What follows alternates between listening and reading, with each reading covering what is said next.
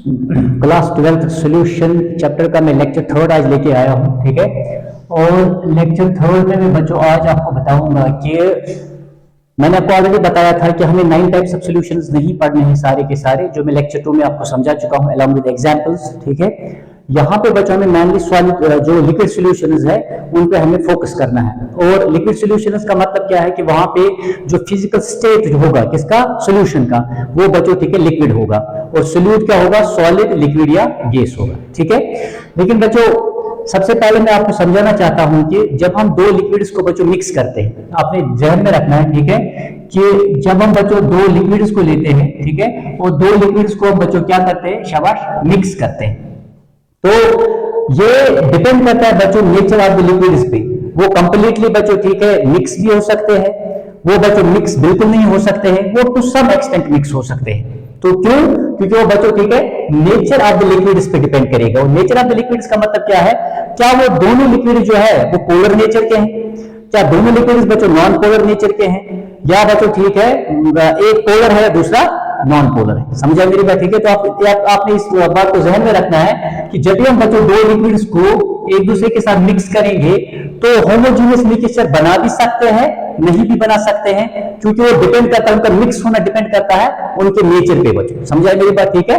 तो इस बुनियाद पे on the basis of this बच्चों ठीक है कि यहाँ पे जब भी हम दो लिक्विड्स को बच्चों ठीक है मिक्स करेंगे बच्चों, दे मे और मे नॉट, दे मे और may not form a homogeneous mixture। आपने इस बात को ध्यान में रखना है, ठीक है। वो होमोजीनियस मिक्सचर बना भी सकते हैं, नहीं भी बना सकते बच्चों, ठीक है, because that depends on the nature of the nature, ठीक है बच्चों, on the nature of the liquids, ठीक है। वो बच्चों लिक्विड्स के नेचर पे डिपेंड करेगा। और मैंने आपसे ऑलरेडी बताया कि नेचर क्या होता है बच्चों, ठीक है। मैंने ऑलरेडी आपको बताया कि नेचर मींस क्या दोनों के दोनों पोलर है, क्या एक पोलर और दूसरा नॉन पोलर है, क्या दोनों नॉन पोलर है, ठीक है।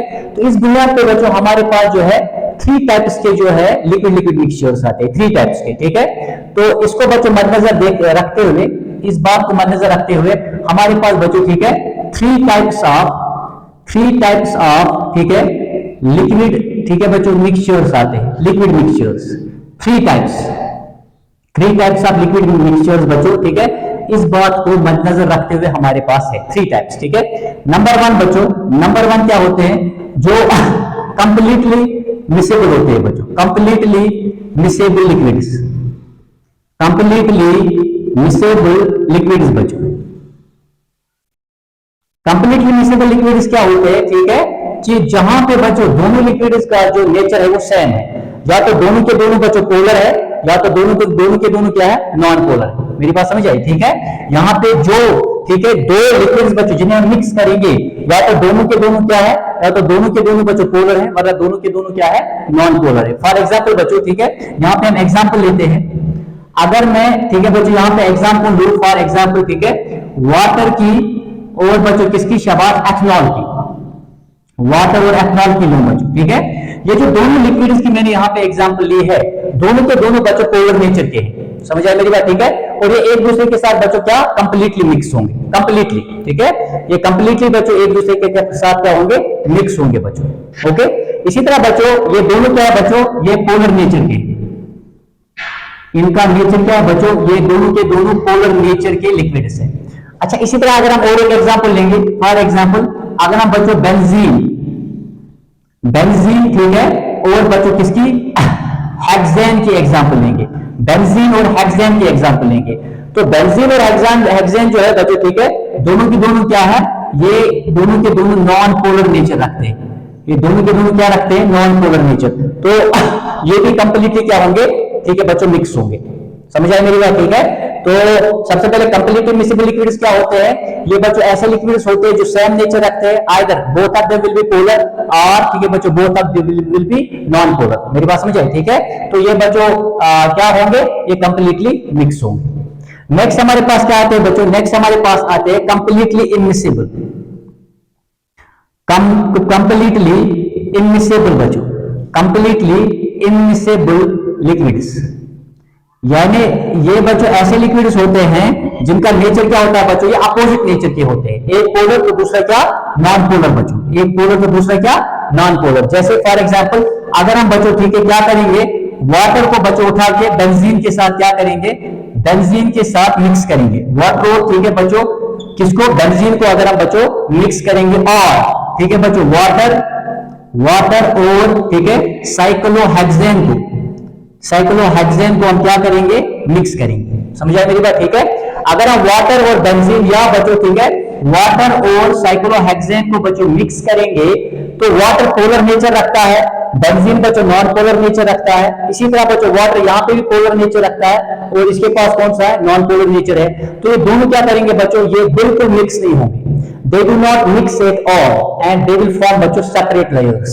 तो ये क्या करेंगे बच्चों, ये बिल्कुल मिक्स नहीं होंगे और ये सेपरेट लेयर्स बनाएंगे, वहां पे अलग अलग आपको वहां पे नजर आएंगे, सेपरेट लेयर्स बनाएंगे, कंप्लीटली मिक्स नहीं होंगे बच्चों। क्यों, क्योंकि इनका नेचर जो है अलग अलग है, ठीक है, सेम नेचर के ये नहीं है।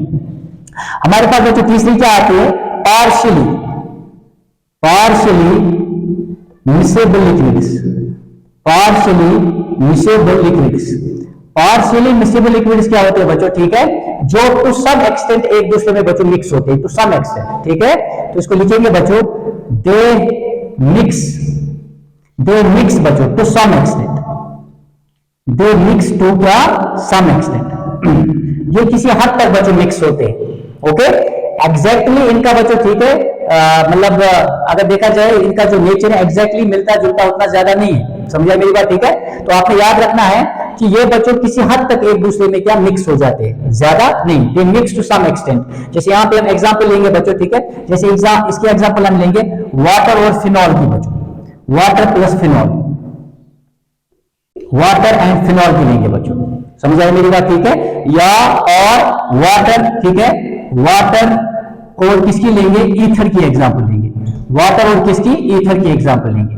तो आपको याद रखना है बच्चों ठीक है, पार्शियली मिक्सेबल लिक्विड्स क्या होते हैं, ये किसी हद तक एक दूसरे में बच्चों मिक्स होते हैं, कंप्लीटली मिक्स नहीं होते, थोड़ा बहुत एक दूसरे के साथ मिक्स हो जाते हैं। और एग्जांपल हमारे पास वाटर और फिनॉल की है, और एग्जांपल हमारे पास बच्चों वाटर और किसकी है, ईथर की है, ठीक है। एक बार मैं फिर से समझाता हूं, हमने बच्चों ठीक है लिक्विड मिक्सचर्स जो हम बनाते हैं, समझाए मेरी बात ठीक है। जब हम दो लिक्विड्स को मिक्स करेंगे ये होमोजीनियस मिक्सचर बना भी सकते हैं, नहीं भी बना सकते हैं, ठीक है।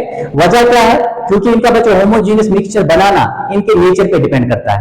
और नेचर मैंने कहा लिक्विड का बच्चों ये पोलर भी हो सकता है, ये नॉन पोलर भी हो सकता है बच्चों, समझा मेरी बात ठीक है। और यहाँ पे देखिए जब हम बच्चों देखते हैं तो इस बात को मद्देनजर रखते हुए हमारे पास बच्चों तीन तरह के लिक्विड मिक्सचर्स आते हैं। एक होता है कंप्लीटली मिक्सेबल लिक्विड्स, जो एक दूसरे में बच्चों ठीक है कंप्लीटली मिक्स हो जाते हैं एक दूसरे के साथ। इसके एग्जांपल मैंने बच्चों वाटर और एथनॉल की दे दी, क्योंकि इन दोनों का जो है पोलर नेचर है, ओके। इसलिए बच्चों केमिकली इनका सेम नेचर है, दैट इज व्हाई बच्चों ये क्या करते हैं, एक दूसरे के साथ कंप्लीटली मिक्स होते हैं। इस तरह बच्चों बेंजीन प्लस हेक्सेन है, ठीक है, ये दोनों के दोनों नॉन पोलर नेचर रखते हैं, तो ये भी कंप्लीटली एक दूसरे के साथ क्या होते हैं, मिक्स होते हैं बच्चों। नेक्स्ट एग्जांपल हमारे पास है कंप्लीटली इमिसेबल लिक्विड्स, जो बिल्कुल एक दूसरे के साथ मिक्स नहीं होते हैं और सेपरेट लेयर्स बनाते हैं, अलग अलग जो है ठीक है वहां पे तह बनती है। तो वाटर प्लस बेंजीन बच्चों, एक का पोलर नेचर है दूसरे का नॉन पोलर नेचर है। इसी तरह बच्चों वाटर प्लस साइक्लोहेक्सेन, एक का पोलर नेचर है और दूसरे का क्या है, नॉन पोलर नेचर है। तो आपको याद रखना है बच्चों ठीक है, जब ये अपोजिट ठीक है नेचर रखते हैं तो they do not mix at all, they form separate layers बच्चों। पार्शियली मिक्सेबल लिक्विड्स क्या होते हैं, पार्शियली मिक्सेबल लिक्विड्स होते हैं जो टू सम एक्सटेंट बच्चों एक दूसरे में मिक्स होते हैं, समझा मेरी बात ठीक है। और यहाँ पे इसके एग्जांपल क्या है, वाटर प्लस फिनॉल या वाटर प्लस क्या, ईथर बच्चों। तो ये आपने ध्यान में रखना है। दिस वाज समथिंग अबाउट बच्चों लिक्विड मिक्सचर्स, ओके। अगर आप स्क्रीनशॉट लेना चाहते हैं, डेफिनेशंस में बता रहा हूं ठीक है, आप अपने वर्ड्स में भी लिख सकते हैं, एक या दो लाइन्स का है डेफिनेशन, उससे ज्यादा नहीं है। और साथ में मैंने एग्जांपल्स भी दी है, तो बच्चों ठीक है ये आप इसका स्क्रीनशॉट ले लीजिए। हम क्या करते हैं, मैं थोड़ा सा आगे बढ़ता हूं इसमें।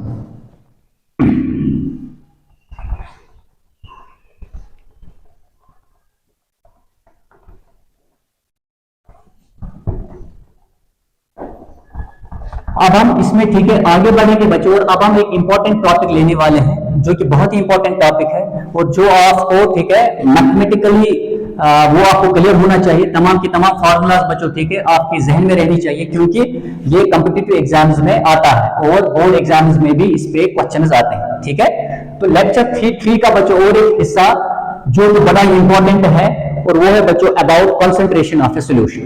ठीक है, तो दिस इज वेरी इंपॉर्टेंट बच्चों, concentration of A solution, concentration of A solution. और यहां पे हम क्या करेंगे, ठीक है, डिफरेंट कंसंट्रेशन टर्म्स के बारे में पढ़ेंगे, कंसंट्रेशन ऑफ ए सॉल्यूशन, समझ आई मेरी बात। ठीक है, और यहां पे हम क्या करेंगे बच्चों, ठीक है, कंसंट्रेशन टर्म्स के बारे में पढ़ेंगे। तो सबसे पहले देखिए बच्चों कंसंट्रेशन ऑफ ए सॉल्यूशन क्या होता है। ठीक है, इसको लिखते हैं यहां पे, मैं यहां पे लिख देता हूं, it is defined as the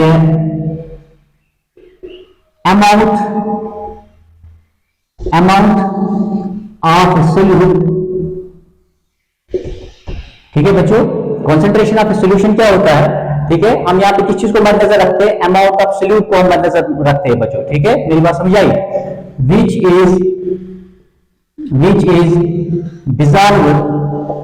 which is dissolved in a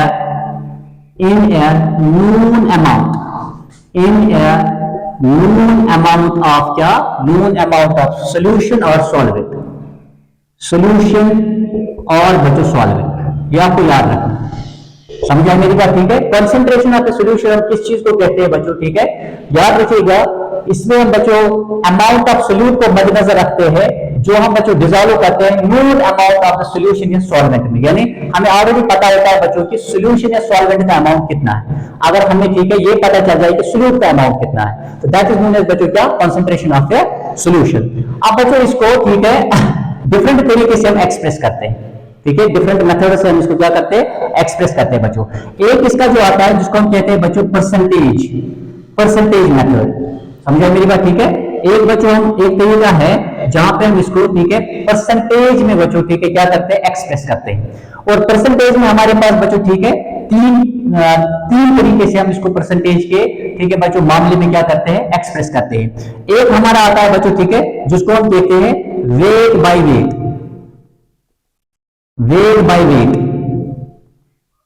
ठीक है।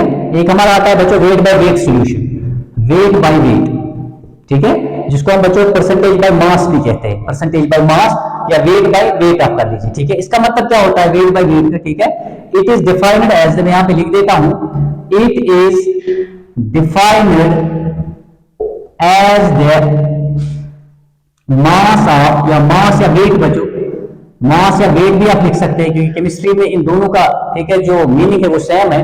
तो वेट बाय वेट हम किससे कहेंगे बच्चों, ठीक है, it is defined as the mass या वेट ऑफ, ठीक है बच्चों, सोल्यूट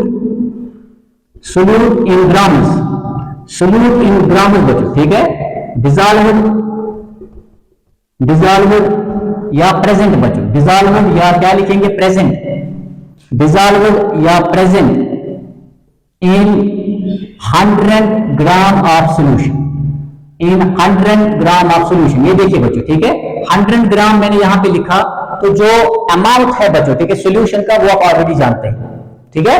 और कितना बच्चों इस 100 ग्राम सॉल्यूशन में 100 ग्राम सॉल्यूशन में सोल्यूट कितना ग्राम प्रेजेंट होगा, उसको हम बच्चों क्या कहते हैं, वेट बाय वेट कहते हैं। समझ आया मेरी बात, ठीक है। तो वेट बाय वेट से पता चलता है कितने ग्राम, ठीक है बच्चों, कितने ग्राम ठीक है सोल्यूट के प्रेजेंट होंगे, ठीक है बच्चों, 100 ग्राम किसमें, शाबाश, सॉल्यूशन। ओके, और इसके लिए हम फार्मूला लिख देते हैं। जब भी हम बच्चों ठीक है, जब भी हम वेट बाय वेट परसेंटेज ठीक है बच्चों जब भी हम निकालते हैं, या जिसे परसेंटेज बाय मास भी कहा जाता है, ये किसके बराबर होता है, दिस इज बच्चों मास या वेट ऑफ सोल्यूट, मास ठीक है बच्चों या वेट ऑफ क्या, solute, divide by mass of solution, mass of solution into क्या करते हैं, इनटू परसेंटेज का 100 करते हैं। तो ये आपने जहन में रखना है, ठीक है। इसमें हम बाकी तब्दीलियां भी लाएंगे, दैट इज वेरी इजी, लेकिन आपने ठीक है अपने बेसिक्स को पहले क्लियर करना है। आपने ठीक है, आपको पता होना चाहिए कंसंट्रेशन किस चीज को कहते हैं, और अंडरस्टैंडिंग के साथ उसको मेमोराइज करना है, ऐसे ही नहीं करना है, ठीक है। तो मैं फिर से दोहराता हूं बच्चों, ठीक है, कंसंट्रेशन ऑफ सॉल्यूशन क्या होता है बच्चों, ठीक है, कितना अमाउंट सोल्यूट का बच्चों, समझ आया मेरी बात, ठीक है, डिसॉल्व किया होगा या प्रेजेंट होगा बच्चों, ठीक है, किसमें, शाबाश, 100 ग्राम ऑफ ठीक है सॉल्यूशन में, मेरी बात समझ आए? मीन अमाउंट ऑफ सोल्यूशन या सॉल्वेंट। जैसे आपको सोल्यूट का बच्चों ठीक है पता चल जाएगा वेट, तो आप आराम से बोल सकते हैं कि सॉल्वेंट कितना है और सोल्यूशन का बच्चों ठीक है, सोल्यूशन का वेट तो हम ऑलरेडी लेते हैं कितना 100 ग्राम्स के बराबर, तो आप आराम से बच्चों सॉल्वेंट का पता लगा सकते हैं। समझा मेरी बात? ठीक है, आगे मैं एग्जांपल देके आपको समझा दूंगा। देखिए यहाँ पे आप थोड़ा सा ठीक है चेंज कर सकते हैं बच्चों। फॉर एग्जाम्पल अगर आप देखोगे वेट बाय वेट परसेंटेज में कभी कभी क्या होता है बच्चों, एक तो डायरेक्टली कभी क्वेश्चन दे देता है कि इतने ग्राम जो है इस सोल्यूट के हमने बच्चों ठीक है फॉर एग्जांपल 80 ग्राम या 95 ग्राम पानी में डाल दिए, आप इसकी मास परसेंटेज निकाल दीजिए या वेट बाय वेट परसेंटेज निकाल दीजिए। That is very easy.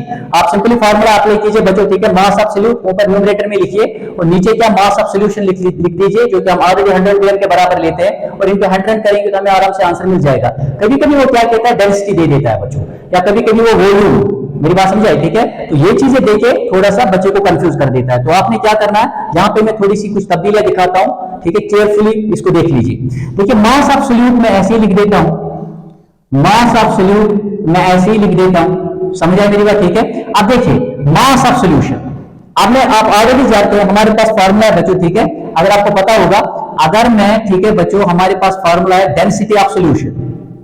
Density of solution किसके बराबर होती है बच्चों? डेंसिटी क्या होती है? मास per unit volume. That means बच्चों किसके बराबर है? That is mass of solution, mass of solution divide by density of solution किसके बराबर होता है? मास ऑफ सोल्यूशन। समझ आए मेरी बात? ठीक है, डिवाइड बाय क्या? Volume of solution, divide by volume of क्या? सोल्यूशन। तो ये आपने ठीक है, ये आपने जहन में रख देना है, ये जो मैंने यहां पे लिखा। तो मैं क्या कर सकता हूं बच्चों ठीक है, जो यहां पे मास ऑफ सोल्यूशन है, तो यहां पे देखिए मास ऑफ सोल्यूशन किसके बराबर है? Density of solution into volume of solution. तो मैं क्या कर सकता हूं, जो यहाँ पे मास ऑफ सोल्यूशन है, तो इसके जगह में क्या लिख सकता हूं? Density of solution into volume of solution. तो मास ऑफ सोल्यूशन किसके बराबर होता है? इस फार्मूला के मुताबिक ठीक है बच्चों, वो होता है बराबर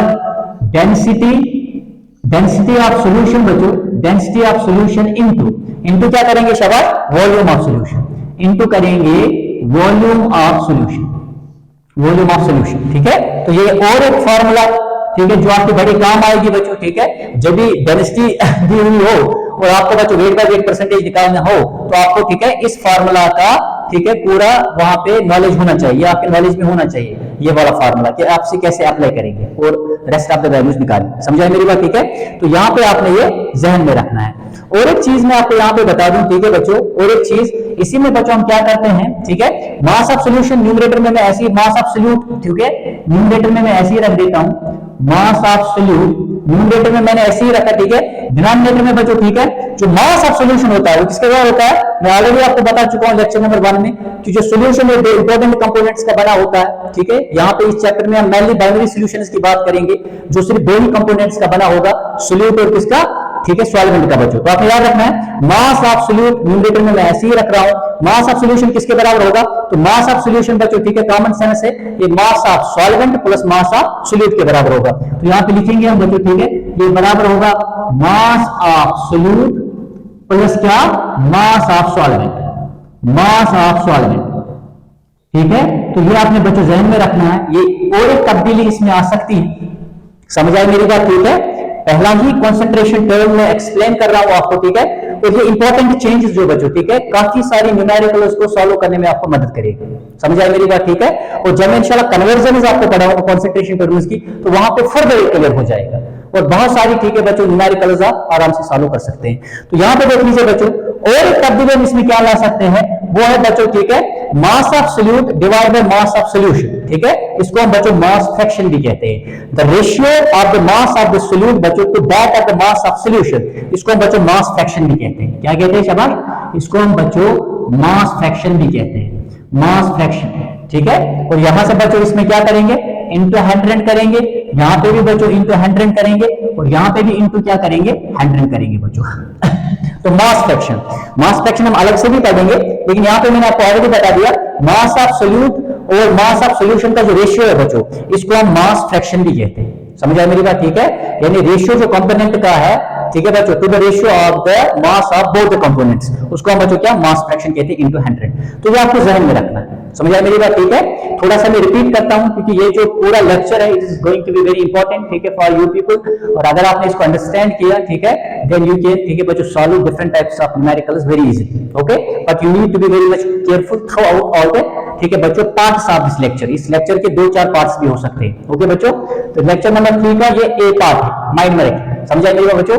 कंसंट्रेशन ऑफ सॉल्यूशन किसको कहते हैं बच्चों, ठीक है, अमाउंट ऑफ सोल्यूट जो हम बच्चों, ठीक है, जो डिसॉल्व होता है नून अमाउंट में, प्रेजेंट होता है नून अमाउंट ऑफ सॉल्यूशन और सॉल्वेंट में, ठीक है। क्यों इसे नून अमाउंट ऑफ सॉल्यूशन सॉल्वेंट कहते हैं, क्योंकि बच्चों अगर हमें अमाउंट ऑफ सोल्यूट पता चला तो हमें बच्चों, ठीक है, अमाउंट ऑफ सॉल्वेंट आराम से पता चल जाएगा।